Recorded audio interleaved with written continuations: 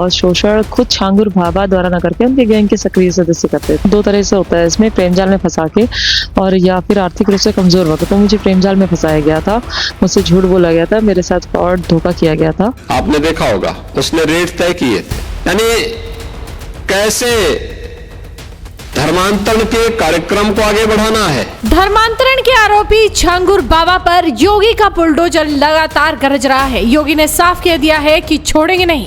छांगुर बाबा के एक से एक किस्से खुलते जा रहे हैं। अब उसकी पहचान एक ऐसी शातिर धर्मांतरण गिरोह के मास्टरमाइंड की बन चुकी है, जिसने न केवल हजारों महिलाओं को शिकार बनाया, बल्कि एक संगठित इस्लामी दावा नेटवर्क खड़ा करने की गहरी साजिश भी रच डाली। छांगुर बाबा और उसकी करीबी नीतू रोरा उर्फ नसरीन को 7 दिन की रिमांड पर ATS के हवाले कर दिया गया है। इस दौरान सभी प्रमुख खुफिया एजेंसियां छांगुर के नेटवर्क और अंतर्राष्ट्रीय संपर्कों की परतें खोलने की तैयारी में जुटी है।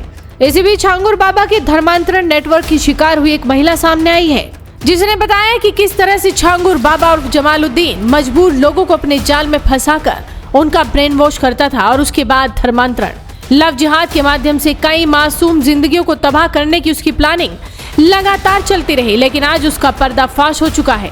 धर्मांतरण की शिकार इस महिला ने क्या कुछ बताया, जरा सुनिए।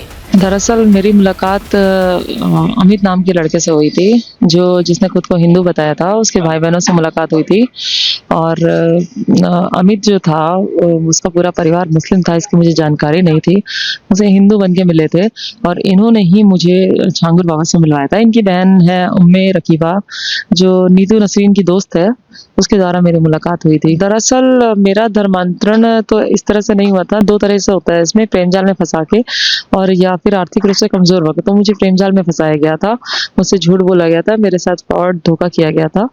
और जब मैंने इस पे एक्शन की बात करी थी तो अबू आमिर की माँ जो सईदा खातून है, इनके द्वारा और इनके पिता द्वारा अबू हुरैरा अंसारी मुझे प्रेशर दिया गया कि अगर मतलब FIR करोगी या कुछ ऐसी कार्रवाई करोगी तो तुम्हारे साथ अच्छा नहीं होगा और जो भी है कि तुम्हारा समाज बहिष्कार कर देगा, तुम्हारे माता पिता कर देगा, सब दरबदर रहोगे, कोई खुशहाली नहीं रहेगी, ऐसे रहोगे तो फिर मतलब अपनी आस्था के अनुसार तुम रह सकती हो। इस तरह से कहा गया था हमसे। देखिए, मैं जो गिरोह की बात कर रहे हैं तो मैं छांगुर बाबा से मिली थी, नीतू और नवीन से मिली थी और महबूब को मैंने एक बार देखा था बस। बाकी मैं ज्यादा लोगों से नहीं मिली। और इनके जो गैंग के सक्रिय सदस्य जो मुझसे मिलने के लिए आया था, अमित नाम का बंदा, इसके परिवार के 10-12 लोग हैं जो इस कार्य को आज भी कर रहे हैं। और ये इनके जो फादर हैं अबू हुरैरा अंसारी, ये पिछले 40 वर्षों से इस कार्य को कर रहे हैं। और जो गैंग के सरगना को गिरफ्तार किया गया है, गैंग तो अभी फिर सक्रिय सदस्य, काम करने वाले तो सक्रिय सदस्य होते हैं। देखिए, छांगुर बाबा का जो है वो जैसे दावा करता है कि उसके पास रूहानी ताकत है, वो दुआ वगैरह करता है इस्लाम धर्म का प्रचार प्रसार करने के लिए, जो किताबें वगैरह छपवाना, इस तरह से ये लोग करते हैं क्योंकि इनका उद्देश्य हिंदुस्तान को इस्लामिक देश बनाने का है। देखिए, इसकी मुझे पूरी जानकारी नहीं है कि लड़कियों को किस तरह से बंधक बनाया गया, लेकिन लड़कियों का ब्रेन वॉश जरूर किया जाता था, लड़कियों का शोषण जो जरूर होता था और शोषण खुद छांगुर भाभा द्वारा न करके उनके गैंग के सक्रिय सदस्य करते थे। हाँ, नेटवर्क तो देखिए ऑब्वियसली नेटवर्क तो है ही है और सबसे ज्यादा जो देश इसमें शामिल होता है, मतलब जो आसानी जिसमें होती है भागने के लिए या आने के लिए या हवाला के जरिए पैसे लाने के लिए, वो है नेपाल।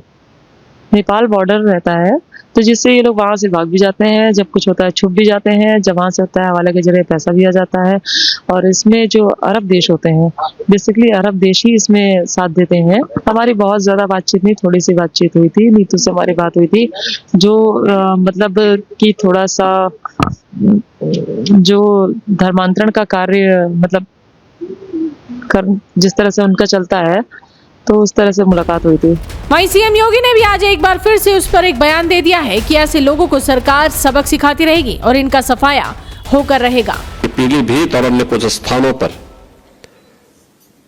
कुछ धर्मांतरण की बातें सामने आई हैं। हम सरकार के स्तर पर तो कार्रवाई कर रहे हैं, आप भी इसमें थोड़ा सजग होइए। और यहां की टीम गई और घर वापसी के बड़े कार्यक्रम को उन्होंने वहां पर आगे बढ़ाया।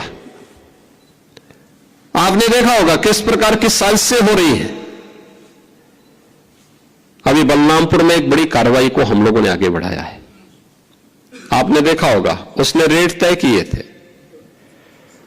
यानी कैसे धर्मांतरण के कार्यक्रम को आगे बढ़ाना है।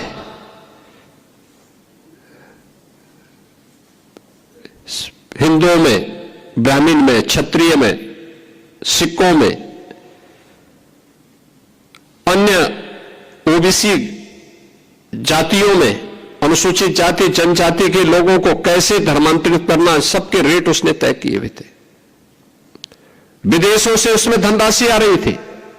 आप सोचिए 100 करोड़ से अधिक का ट्रांजैक्शन अब तक उसके 40 खातों में प्राप्त हुआ है और लगातार उस अभियान को आगे बढ़ाने का कार्य कर रहा था। एक लोग किस रूप में देश का स्वरूप बिगाड़ने का काम कर रहे हैं। परिस्थितियां बदली हैं, उद्देश्य उनका वही है जो उस समय था। हां, काम का तरीका उन्होंने बदला है। फिलहाल छांगुर बाबा रिमांड पर है और लगातार इलाज भी चल रहा है। आगे और क्या पर्दाफाश होता है, जानने के लिए बने रहिए हेडलाइंस इंडिया के साथ।